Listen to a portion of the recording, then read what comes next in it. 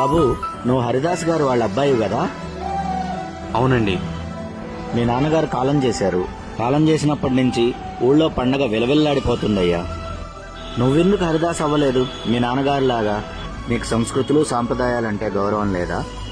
చూడ్డానికి చదువుకున్న వాళ్ళే ఉన్నారు కదా సార్. సాంప్రదాయమైన వాళ్ళ నాన్నే పోయిన తర్వాత బొంగుల సాంప్రదాయాలు మనకెందుకులే అనుకున్నాడేమో. అంతే కదా తమ్ముడు? ధనుర్మాసం రాగానే ఉదయాన్నే 4 గంటలకు నిద్రలేచేవారు సార్ నాన్నగారు. 5 గంటలకల్లా రెడీ అయ్యి ఆ అక్షయ పాత్ర తల మీద పెట్టుకొని రామా శ్రీరామా అన్న హరినామస్మరణతో ఊరంతా నిద్రలేచేది సార్. ఇంటి ముందలకెళ్ళి ముగ్గులో కూర్చుంటే 3 గుప్పెళ్ల బియ్యం అలా అక్షయ పాత్రలో పెట్టేవాళ్ళు సార్ ఆడవాళ్ళు. మరలా పక్కింటికి వెళ్ళి కూర్చుంటే అక్కడ 3 గుప్పెళ్ల బియ్యం. ఇలా ఊరు మొత్తం కూర్చొని నుంచుంటే సాయంత్రానికి 2 బస్తాల బియ్యం వచ్చాయి సార్. అన్ని బియ్యం నాన్నగారు ఒక్కలే మోయలేరు కదా సార్. వెనకమాల 2 పెట్టేవారండి. అన్ని బియ్యం మేమే తినలేం కదా సార్. అందుకే కొన్ని బియ్యం కిరాణా షాపులో అమ్ముదామని వెళ్తే ప్రపంచంలో మంచి ఉన్నట్టు చెడు కూడా అంతే ఉంది సార్. ఎదురుగా ఉన్న 2 బస్తాల మంచి బియ్యం మొత్తంలో ఎవరో 3 పెట్టిన 3 గుప్పిళ్ళ రేషన్ బియ్యం కనిపించేవి సార్. అప్పుడు అతను అన్న ఒకే ఒక్క మాట, కేజీ మంచి బియ్యం 50 రూపాయలు, ఇవి రేషన్ బియ్యం కేజీ 10 రూపాయలు. రేటు గిట్టుబాటు అయితే ఇచ్చేళ్ళు, లేకపోతే మోసుకొని వెళ్ళు అనేవాడు సార్.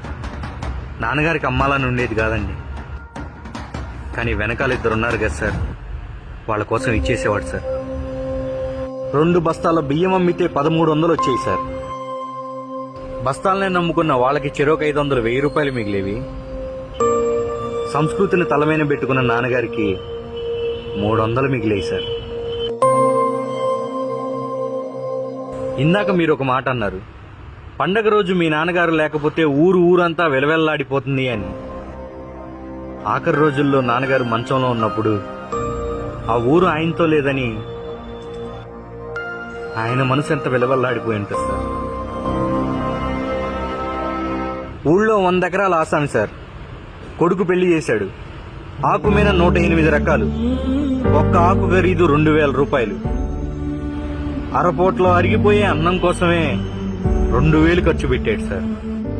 నెల మొత్తం సాంప్రదాయాన్ని నమ్ముకొని బ్రతికే ఆ హరిదాస్ గారికి 200 రూపాయలు దక్షిణ పెట్టలేకపోయాడు సార్. పండగ రోజు ఇంటికి చుట్టాలు వస్తే సిట్టింగ్ వేస్తే 10,000 రూపాయలు ఖర్చు అయింది. పండగ పూట ఆడవాళ్లు వేసి తీసేసే చీరకి 2000 ఖర్చు అవుతుంది సార్. కానీ నెల మొత్తం రామా అంటూ ఆ దేవుణ్ణే తలుచుకుంటూ తిరిగే హరిదాస్ గారికి 200 గిట్టుబాటు అవ్వట్లేదు సార్. ఆ గుప్పెడి బియ్యం చేతిలో పట్టుకునే ఆడవాళ్ళకి 2 చేతులు ఎత్తి నమస్కరించి చెప్తున్నాను, ఆ గుప్పెడి బియ్యంతో ఆ కుటుంబానికి ఒక్క పూటన్నా కడుపు నిండుతుందా అని ఆలోచించండి. ఇందాక ఒక మాట అన్నారు, సంస్కృతులు సాంప్రదాయాలంటే గౌరవం లేదా అని.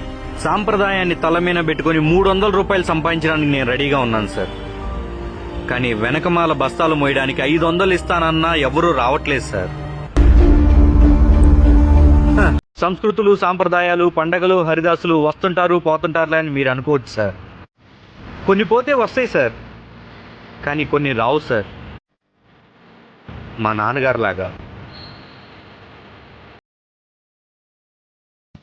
వాటిని మనమే కాపాడుకోవాలి సార్. ఉంటా సార్.